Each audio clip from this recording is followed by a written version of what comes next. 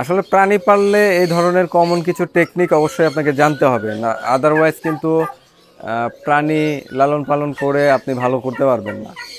ওরাও কিন্তু একই সাথে একই দিনে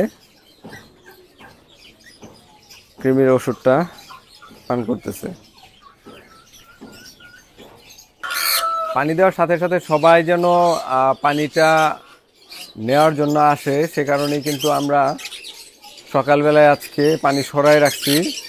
আসসালামু আলাইকুম everyone, welcome to my birds canvas. আপনাদের সাথে আছি আমি চাষি মালিক। আজকে আমাদের বার্ডস ক্যানভাসের যত প্রাণী আছে সবাইকে কৃমির জন্য কৃমিনাশক দিব, অ্যালবেন্ডাজল গ্রুপের একটা ঔষধ। এটা আমরা হচ্ছে গিয়ে আমাদের এখানে যত প্রাণী আছে, মানে বার্ড থেকে শুরু করে হাঁস মুরগি অন্যান্য যত প্রাণী আছে সবাইকেই দিয়ে দেব। আমরা যেদিন কৃমির ঔষধ প্রয়োগ করি সেদিন আমাদের যত প্রাণী আছে সবাইকেই একসাথে দেওয়ার চেষ্টা করি, একসাথেই দিয়ে থাকি।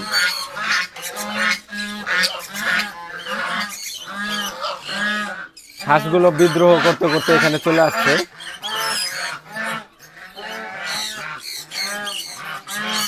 প্রচুর ডাকাডাকি করে জানি। মাপার জন্য আমরা একটা কাপ নিয়ে নিয়েছি। এটার এক কাপ সমান হচ্ছে 10 ml।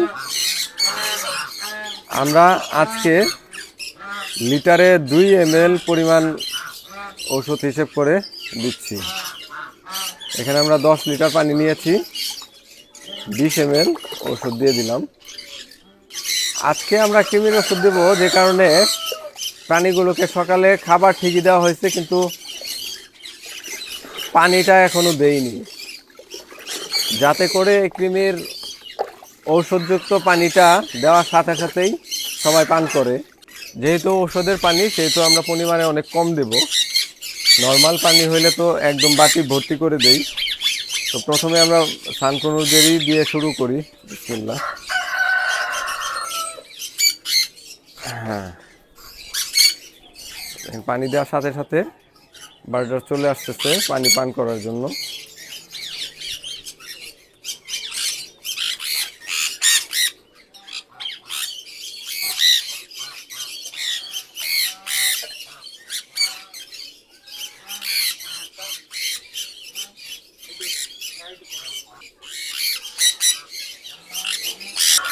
পানি দেওয়ার সাথে সাথে সবাই যেন পানিটা নেওয়ার জন্য আসে, সে কারণেই কিন্তু আমরা সকালবেলায় আজকে পানি সরাই রাখছি 2-3 ঘন্টার জন্য।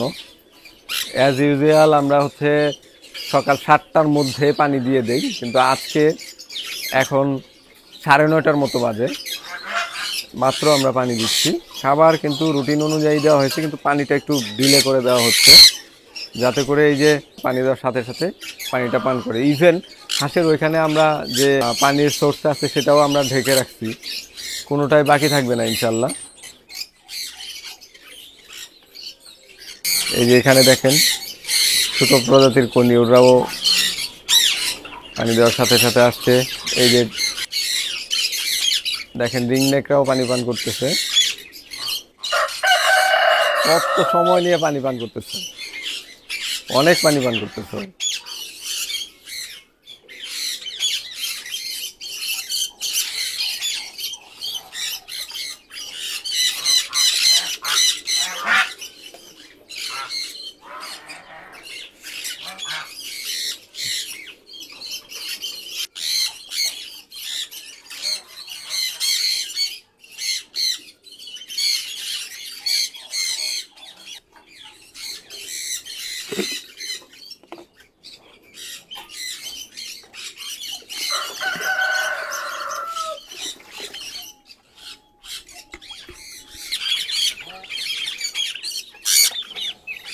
এইখানে আমাদের কিছু টার্কির বাচ্চা আছে, এই দেখেন ওদেরকেও দিয়ে দিলাম কৃমির ওষুধ। অনেকে আবার প্রশ্ন করতে পারেন যে হাঁস মুরগির বাচ্চা কতদিন বয়স হলে কৃমির ওষুধটা দেওয়া যায়। এটা হচ্ছে গিয়ে ক্ষেত্র বিশেষে অনেক কম বয়সেই দেওয়া যায়, তবে অ্যাজ ইউজুয়ালি আমরা যেটা করে থাকি 1 মাসের কম বয়সীদের সাধারণত কৃমির ওষুধ দেই না।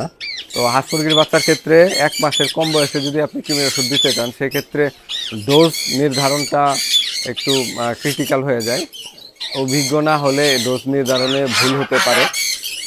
আর কৃমির ঔষধ এক এক গ্রুপের ঔষধের এক এক রকম ডোজ হয়ে থাকে। তো আমি স্পেশালি সকলকেই অনুরোধ করব যে যে কোনো ঔষধ প্রয়োগের পূর্বে অবশ্যই ভেটেরিনারি চিকিৎসকের পরামর্শ অনুযায়ী করবেন। আর কৃমির ওষুধ কম বয়সে যদি দিতে যান সেক্ষেত্রে অবশ্যই এটা মেনে চলা বাধ্যতামূলক।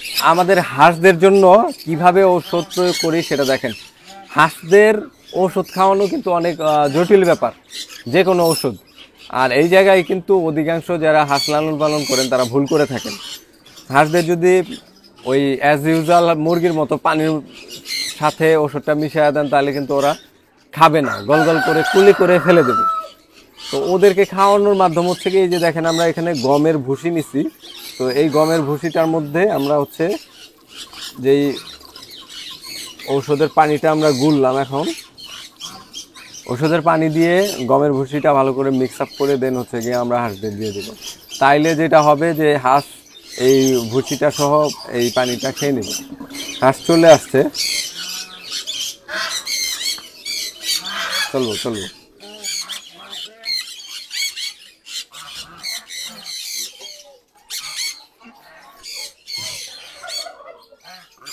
ওষুধগুলো খেয়ে নিচ্ছে, মানে ভুসির সাথে সাথে ওষুধটাও কিন্তু নিজের অজান্তে খেয়ে নিচ্ছে।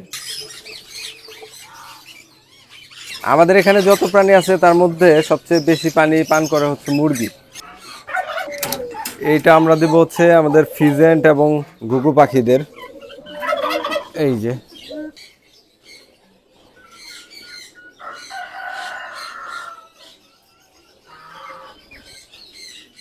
ঘুঘু পাখিটা দেখেন কিভাবে পানি পান করতেছে।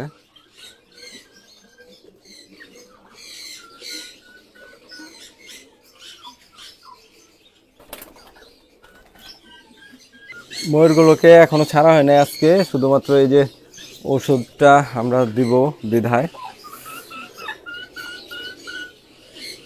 দেখেন এই যে দেওয়ার সাথে সাথে পানি পান করার জন্য কিন্তু আসতেছে সবাই।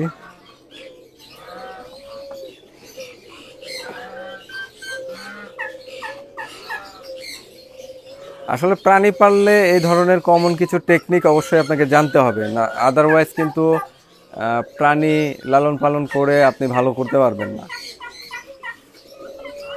এই যে যেমন এই আজকে কৃমির ওষুধটা দিলাম, এখানে প্রত্যেকটা প্রাণী যেন কৃমির ওষুধটা প্রপারলি পান করে সেইটা কিন্তু আমাদের নিশ্চিত করতে হবে।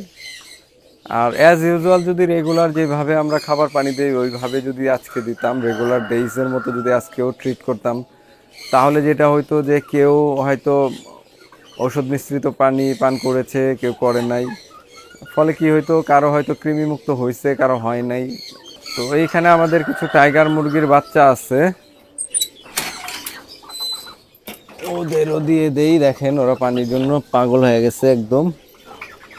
আগেই বলেছি যে মুরগি সবচেয়ে বেশি পানি পান করে। দেখেন মানে যতটুকু পানি দিছি এরা সবাই মিলে এখনই শেষ করে দিবে। এই পানিটা শেষ হইলে আমরা কিন্তু একদম সাদা পানি দিয়ে দেব। এখন হচ্ছে আমাদের কবুতরগুলোর পালা। কবুতরগুলোর সবাই যেন পানি পান করে সেটা নিশ্চিত করার জন্য আমরা যে কাজটা করছি, দেখেন কবুতরকে কিন্তু আমরা সাধারণত একবেলা খাবার দিয়ে থাকি। আর আজকে সকালবেলায় খাবার দেওয়া হয়েছে যাতে করে হচ্ছে গিয়ে ওরা পানিটা ঠিকঠাক মতো পান করে। তো খাবারের ইয়াটা অনেক আগেই দেওয়া হয়েছিল, তারপরেও আমি একটু রেখে দিই কিছু সময়ের জন্য।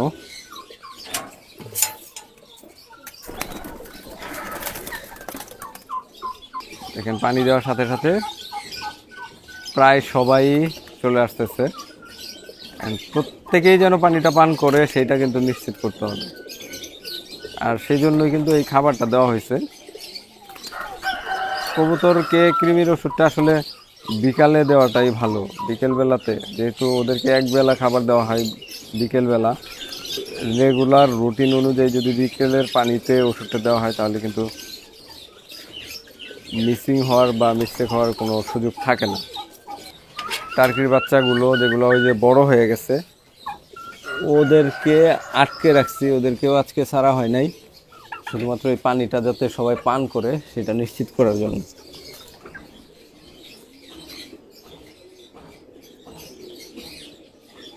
আমরা এই ঘন্টা খানেক পরেই কিন্তু সবাইকে আবার রেগুলার রুটিন অনুযায়ী যে যেভাবে থাকে সেভাবে ছেড়ে রাখবো, সবাই যে যার মতো থাকবে। এবার হচ্ছে আমাদের খরগোশদের পালা। খরগোশরা কিন্তু অনেক পানি পান করে, দেখেন এই বোলটাতে খরগোশদের জন্য এই ফালাই দেওয়ার একটা চান্স আছে। ওরাও কিন্তু একই সাথে একই দিনে কৃমির ওষুধটা পান করতেছে।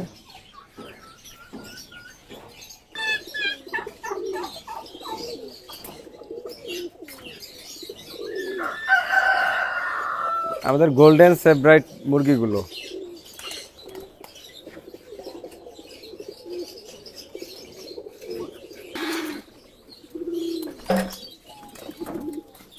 আজকের ব্লগে আমি দেখাইলাম হচ্ছে আমরা আমাদের বার্ডস ক্যানভাসে কিভাবে আমাদের সকল প্রাণীদের ঔষধ প্রয়োগ করি, বিশেষ করে কৃমির ঔষধের আজকে বিষয়টা দেখাইলাম। তো কৃমির ওষুধ প্রয়োগের ক্ষেত্রে কিছু বিষয় আপনাদের জেনে রাখা উচিত। প্রচণ্ড গরমের সময় কৃমির ওষুধটা প্রয়োগ না করাই ভালো। ওয়েদারে যে সময় একটু ঠান্ডা থাকে, যেমন গরমের দিনে হইলে যে সময় একটু বৃষ্টিপাত হয় সেই সময়টাতে কৃমির ওষুধটা দেওয়াটা উত্তম। আর শীতের দিনে যে কোনো সময় দেওয়া যায়। অতিরিক্ত গরমের সময় কৃমির ওষুধটা প্রয়োগ না করাটাই বেটার। আর দিনের যেই সময়টাতে একটু ঠান্ডা থাকে সেই সময়টাতে দেওয়াটা সবচেয়ে উত্তম। আরেকটা গুরুত্বপূর্ণ বিষয় হচ্ছে কৃমির ঔষধের কিন্তু অনেকগুলো গ্রুপ রয়েছে, যেমন হচ্ছে গিয়ে লিবামেসল, অ্যালবেন্ডাজল, মেবেন্ডাজল, এই রকম অনেক গ্রুপ রয়েছে। এইবারে আপনি যে গ্রুপের ওষুধটা প্রয়োগ করলেন, পরবর্তীবারে অবশ্যই চেষ্টা করবেন সেই গ্রুপটা না দিয়ে অন্য কোনো গ্রুপের ওষুধ ব্যবহার করতে। বারবার যদি একই গ্রুপের ওষুধ আমরা ব্যবহার করি সেক্ষেত্রে কিন্তু কৃমিগুলো সেই ওষুধটার বিরুদ্ধে প্রতিরোধ গড়ে তোলে, রেজিস্ট্যান্স গড়ে তোলে, যেটা হিতে বিপরীত হয়।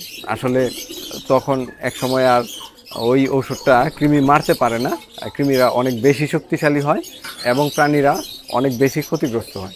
লাইভ স্টক ফার্মিংয়ে কৃমি নিয়ন্ত্রণে না রাখতে পারলে কিন্তু আপনার লাভের গুড় পিঁপড়ে খাবে, এইটা সবসময় মাথায় রাখবেন।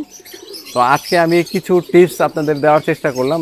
আরও আমার অনেক প্রাণী বাকি রয়েছে, তাদেরকেও ওষুধ প্রয়োগ করতে হবে, দিতে হবে। তো এত কিছু তো আসলে ব্লগে ওইভাবে দেখানো সম্ভব না, ভিডিও অনেক বড় হয়ে যায়। আল্লাহ আপনাদের সবাইকে ভালো রাখুক, বার্ডস ক্যানভাসের সাথেই থাকুন। আসসালামু আলাইকুম।